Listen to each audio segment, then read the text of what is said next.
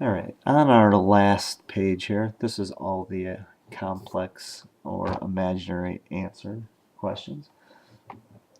So this is just like the quiz you guys took.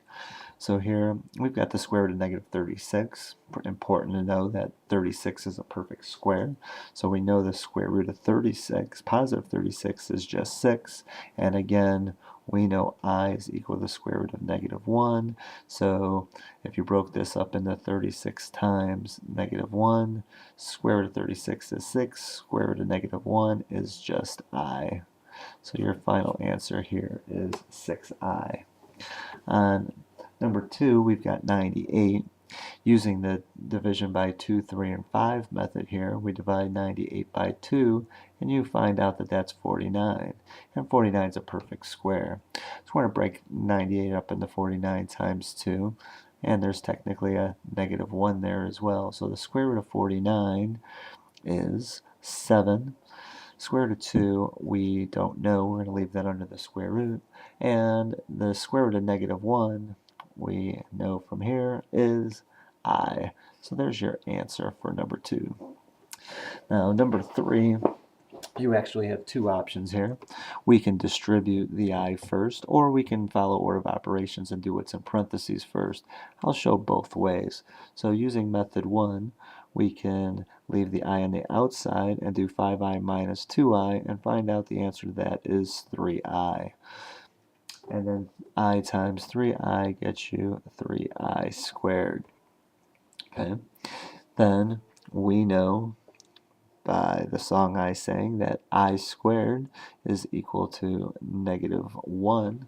I know you're disappointed you don't hear me singing it, but it's late and not in the mood to sing it. So 3 times I squared is 3 times negative 1, which gets you a final answer of negative 3. Your other option would have been to distribute. We could have distributed this I to both terms. Let me rewrite this here so that you can see what I'm talking about.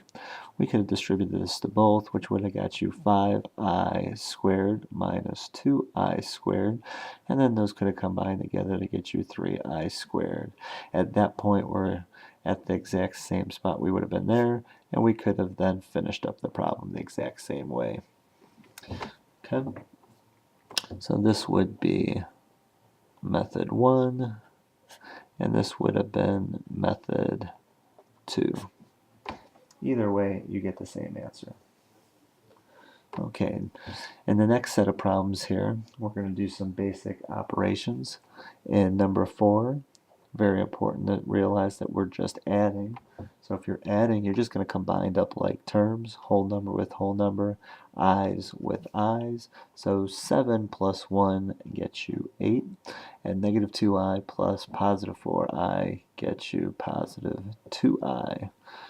And since those are unlike terms, that's our final answer. Number 5, important to show that this is a subtraction problem. So again, all we need to do is combine up like terms, whole number with whole number, I with I. So 10 minus 8 gets you 2. 3i minus 9i gets you negative 6i. And again, those are unlike terms, so that is your final answer there. And on number 6, the operation here is multiplication, and you can tell it's multiplication because the parentheses are right next to each other. So this is just a FOIL question. So we're going to FOIL this out. So 2 times 1 is 2, 2 times 3i is 6i, 5i times 1 gets you 5i, and 5i times 3i gets you 15i squared. Okay. Now we need to combine up like terms. So we've got an I here and an I there. So this is 2, there's no other whole terms currently, plus 11i plus 15 times, oh look at this, we have an I squared here. and we know that I squared equals negative 1. So this is actually 15 times negative 1. So that means that this 2 can now combine with that 15 times negative 1, which is obviously negative 15. So negative 15 and positive 2 is negative 13 plus 11i. And again, those terms are not like terms, so we can't combine those together. All right, 2 more to go. On number 7, we're trying to rationalize the denominator here. Same thing on number 8. So the best way to do that with multiple terms is to multiply by what's called the conjugate, which we reviewed earlier. And the conjugate of 1 plus I would be 1 minus I. Always trying to do the conjugate of the denominator here. So whatever you do at the bottom, you have to do to the top. On the top, we have 1 term times 2 terms, so we need to distribute. So 4 times 1 is 4. 4 times negative I is negative 4I. And then that goes over. Conjugates, you only need to do first and last. So 1 times 1 is 1. I times negative I is negative I squared. And again, oops, there's an I squared again.